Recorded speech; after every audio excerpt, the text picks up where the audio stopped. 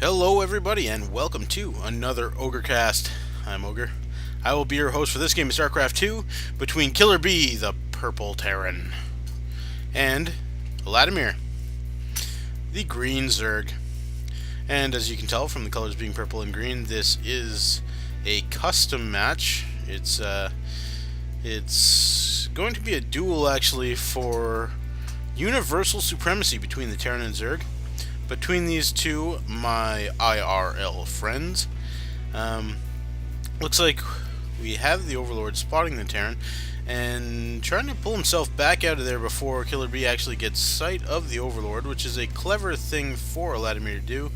And now he is positioning his Overlord.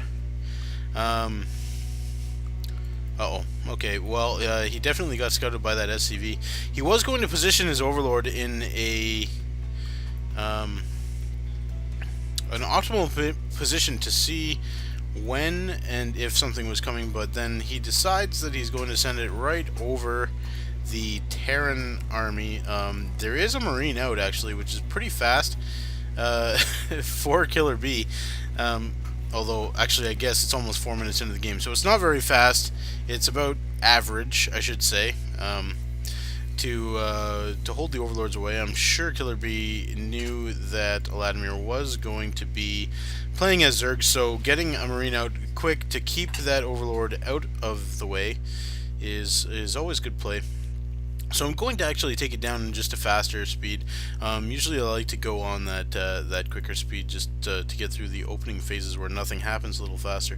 But now we do actually have a factory out for KillerB. We did have him go to throw up a bunker, but he didn't have any Marines on the way or anything like that. So I think he was just kind of putting up the bunker to instill a little bit of fear in Eladimir and to hopefully produce a couple extra drones, which is a good strategy for Terran to do.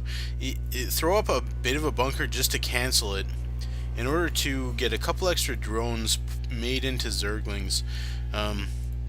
Like KillerB knew he doesn't have a command center up or anything like that, so he knew he wasn't going for a fast expand. He knew he had the wall off, so he felt pretty safe forcing a few extra Zerglings. But Eladimir didn't overreact and actually didn't take the bait at all, really.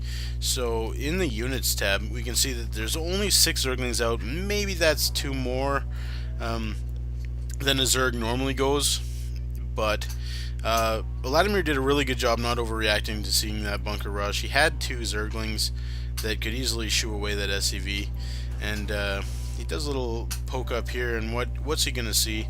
Eladimir is going to see that there are 2 barracks, one with a tech lab add-on.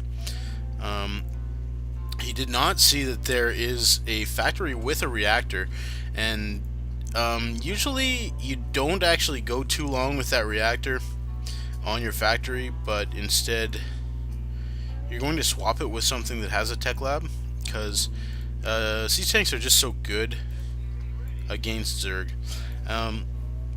Looks like KillerB is allowing this Overlord just to float here unharassed, and he has enough Marines to go over and probably shoot away 5 Marines, 6 Marines actually, standing at his door.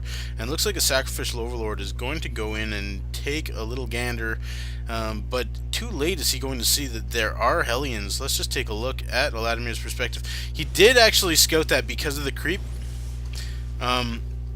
just in time to get his drones pulled off of this mineral patch, and he's doing a pretty good job of, I mean, he only lost a couple of drones there to the Hellion harass.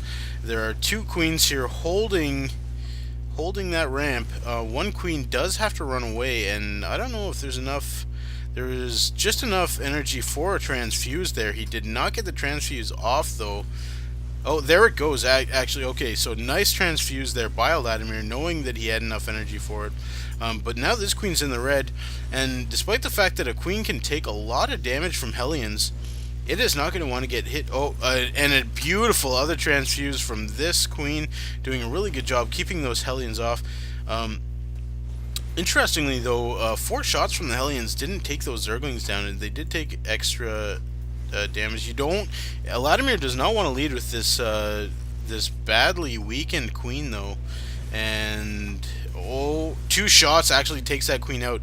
So that's a bit of a mistake by Eladimir. He should have led with one of these fully healed queens. He does have an overlord inside the base of KillerB. He does not scout that command center being built, though. Could have really done a bit better scouting with this overlord. It wasn't getting accosted. Maybe he's just happy that the overlord is still there and still alive.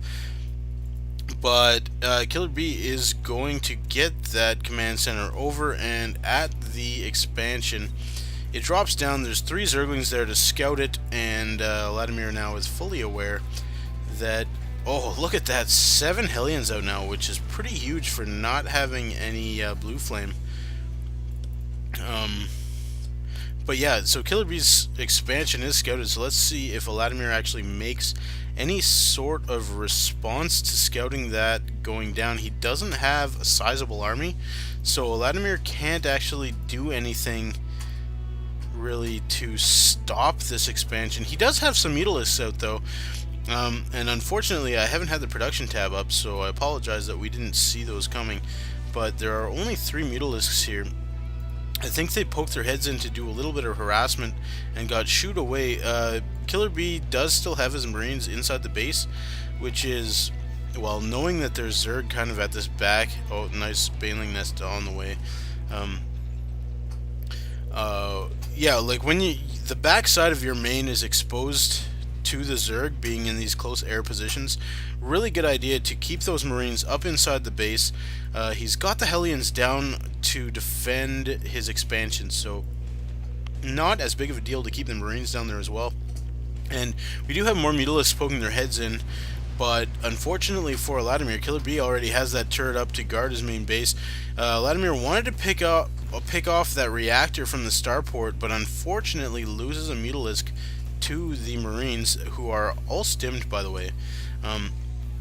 So while that did some damage as far as 100 minerals and 100 gas worth to Eladimir, actually for the amount of stim that did on this amount of Marines, what is that, 8, 16, 21 Marines, well, say 16 Marines, all stimmed there.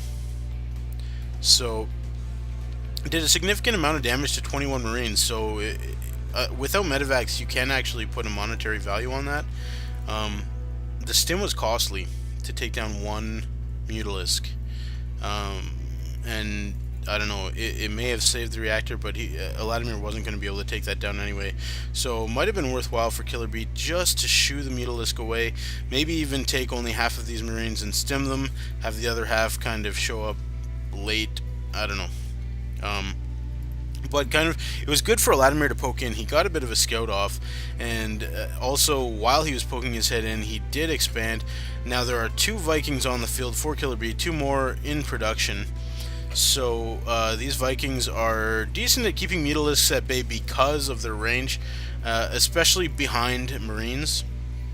But Eladimir knows his starport with reactor, does not know the Vikings were coming out, but might assume it because he did have his Mutalisks pointing in.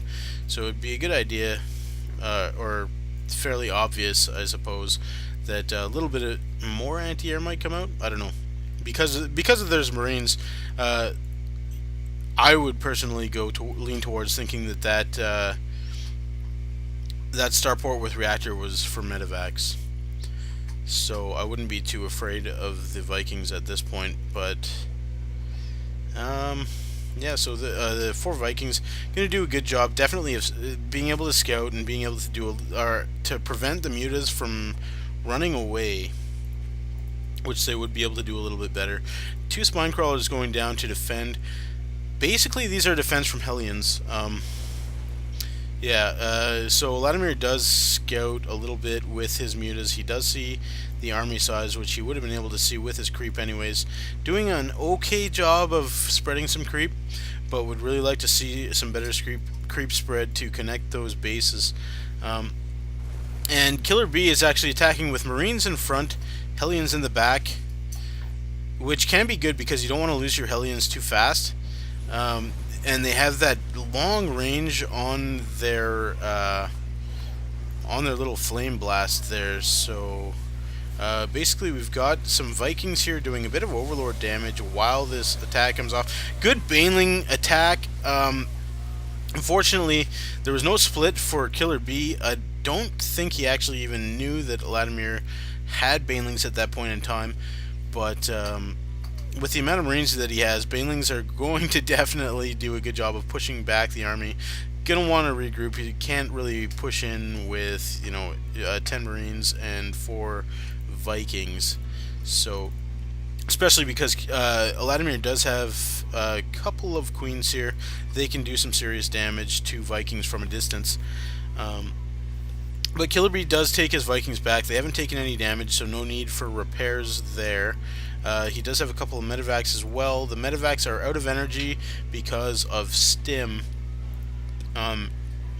So hopefully he is pumping out more medevacs. What do we see in the production tab? No, he's getting an armory. He's getting another command center, which is... Oh, and looks like we missed... Well, I missed. I'm sorry. I'm not going to blame you for this.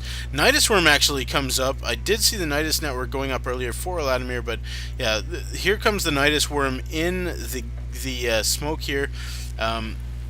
Everybody out there, you should know that the first thing you do, well, not the first thing, but pretty early on in the game, you want to put a supply depot right smack in the middle of that smoke. Maybe even a couple, just so that a Nidus Worm can't even go up if it wanted to.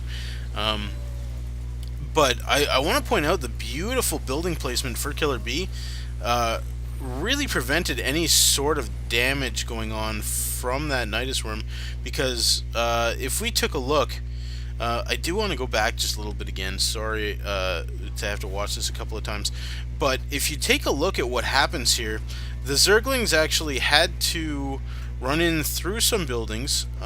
Good reaction time by KillerB when he sees that Nidus Worm coming up. He does run his SCVs away, but the Zerglings come through the building, so they don't all come in one swarm. They surround 2 SCVs. They run through the buildings, and then they're actually... Yeah, they go to chase the SCVs down, and there are just a couple of troops very well placed at the end of this, run around that the Zerglings had to go through. So I think that's something that all Terrans can actually learn from. You only need a couple of Hellions and a Marine there at the end of this building placement, because all the Zerglings get funneled in one at a time. So the Marines are easily able to deal with those, as well as the Hellions, because they're all standing. The Zerglings have to come through in a line. So that Nidus Worm was very well defended, despite the fact that KillerB did not have any supply depots or anything to prevent the Nidus Worm coming in. But if you take a look at this, okay, good building placement here. Obviously does not need this supply depot that I've selected. Supply depots around the edge of the base prevent a Nidus Worm coming in, because you have to have empty space to Nidus. So that is one thing KillerB could have done in his building production. They can get picked off by Mutalisks though, so but it's a supply depot getting picked off by Mutalisks is at least going to tell you that Mutalisks are around, so it's not so bad of a thing. Now, looks like it was 6 Hellions. That's definitely enough to take out a Queen, which is not good for Eladimir. Excellent play by KillerB to run in and just do a little bit of damage. It looked there like, oh, nice fungal growth by that Infestor, and he runs it away. So able to pick off all 6 of those, but there are some Vikings coming in. If they get fungled here, is there enough? Yeah, there is enough energy on this Infestor to actually fungal these Vikings. And fungal growth is actually does a pretty decent amount of damage to Vikings, just because it all adds up. You actually would need to take the Vikings back and repair it, which is kind of annoying. And if we take a look at the APM, because APM is 76 and 73, which is it's a good amount of APM, but to go back in and repair those Vikings, it's just going to tax it a little bit more. Well, it's one more thing that they have to do. Otherwise, KillerB would have some fungal